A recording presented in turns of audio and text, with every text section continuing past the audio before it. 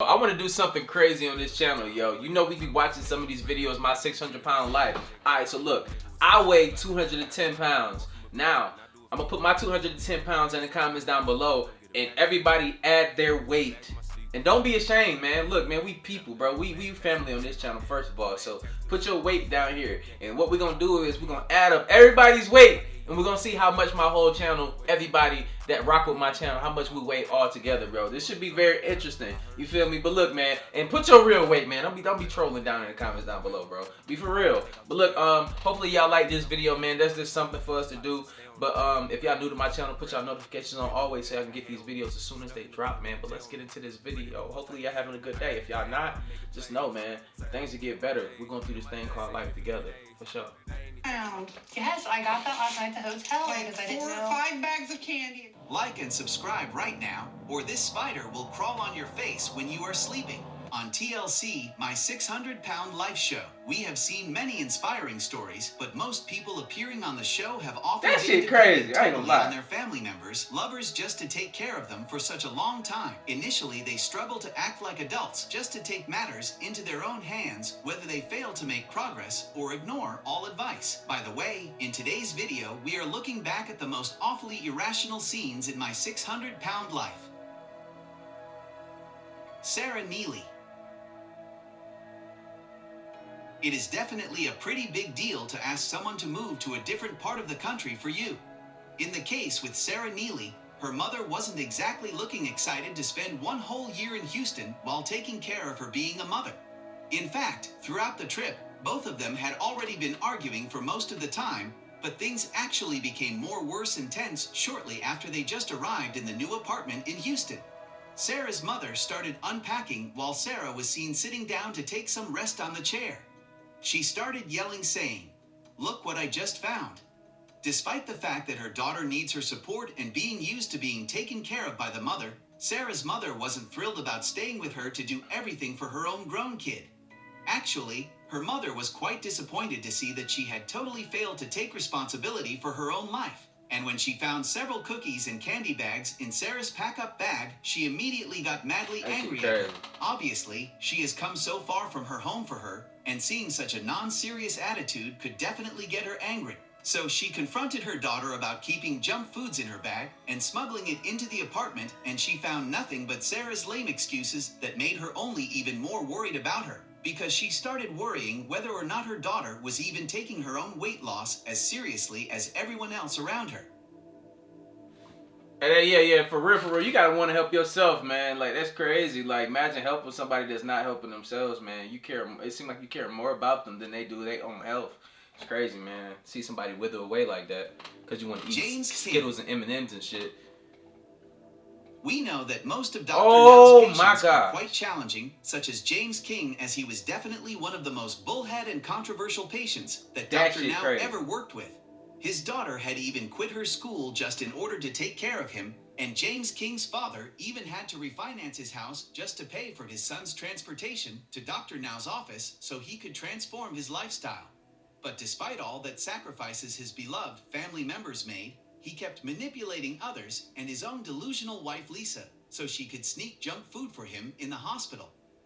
When he was staying at the hospital and met with Dr. Now for the very first time, he was the heaviest patient on my 600-pound life in their history. That shit crazy. In one of the scenes, Dr. Now said to him that you don't think your weight has anything to do with your eating habit. James replied, "No, I don't." So Dr. Now counter replied to him saying that so what do you think your weight comes from? Thin air. Them Due legs, to his boy. size, at 791 pounds and with a series of medical issues, it was only a matter of time until his body would shut down. James, being bedridden, expected Dr. Now to fix him, instead of taking any responsibility. He actually gained 60 pounds in a week during his day at the hospital, with Lisa sneaking in food for him. Dr. Now eventually... I don't understand, like, how do you be gaining, like, 60 pounds, like, that fast? That's just insane to me.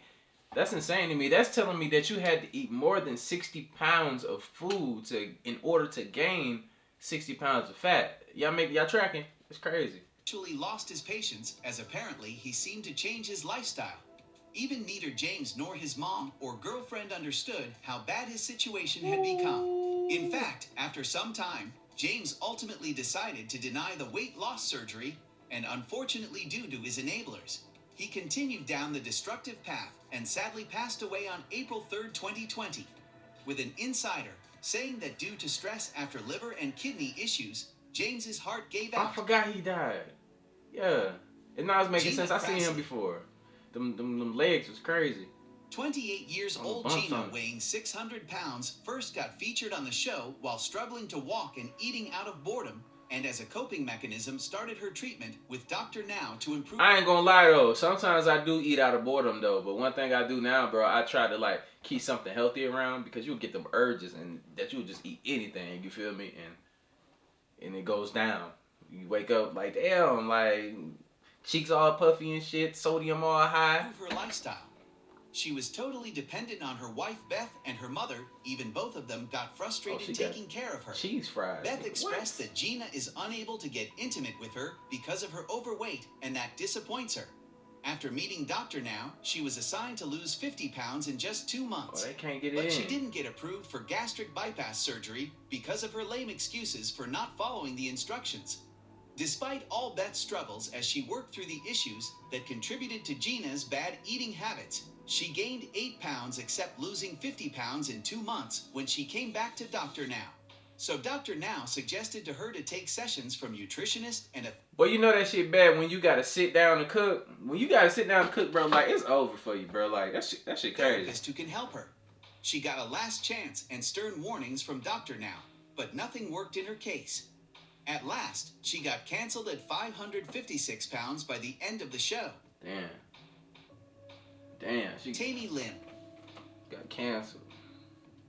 Taney had already lost a significant amount of weight following her weight loss journey. So therefore, she made up her mind to become more independently fit and active in her life. By the way, in an effort to do so, she finally decided to do the laundry on her own. But unfortunately, even this sort of simple task didn't work as smoothly as she Oh! expected. Not just that, on the way back from the laundry Oh, room you to her didn't just pull that thing out like that.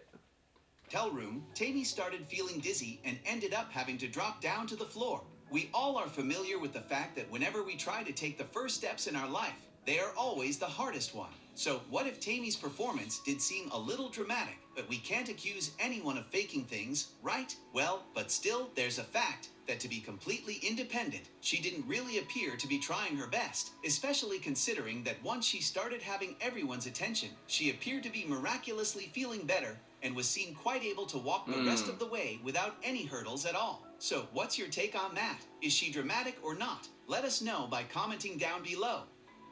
I think she dramatic, man, and she just want that attention. She want people to feel bad for her and shit. Like she feed off of that energy, so she can keep doing the same thing she want to do, and that's to eat.